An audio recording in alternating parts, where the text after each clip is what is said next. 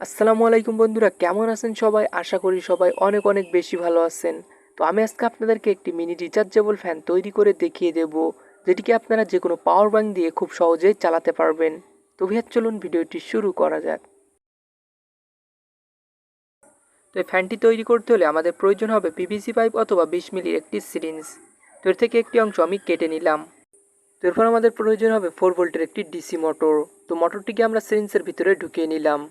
তো বেশি সময় চালাতে হলে অবশ্যই আপনি একটি ভালো কোয়ালিটির মোটর ব্যবহার করবেন, নাহলে এটি প্রচুর পরিমাণে হিট হতে পারে। তো এরপর পাওয়ার ব্যাংকের সাথে সংযুক্ত করার জন্য আমাদের প্রয়োজন হবে একটি ইউএসবি মেল পোর্ট। তো এর পজিটিভ এবং নেগেটিভের সাথে আমরা দুইটি তার সোল্ডারিং করে নিব।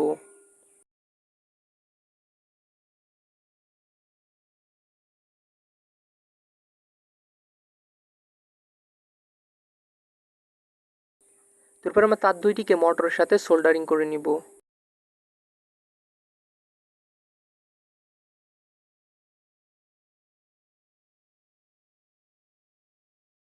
তারপর আমরা গ্লু দিয়ে মেল পোর্টটিকে এর সাথে লাগিয়ে নেব।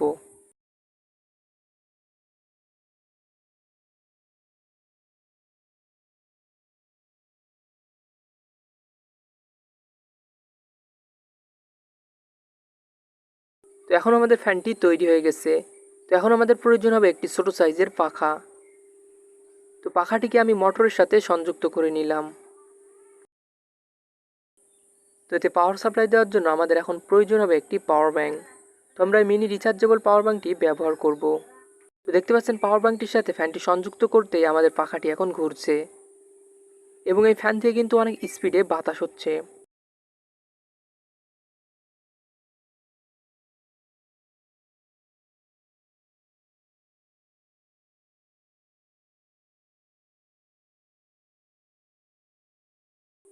তো এরপর আমরা এই বড়ো সাইজের পাওয়ার ব্যাংকটির সাথে ফ্যানটিকে সংযুক্ত করব।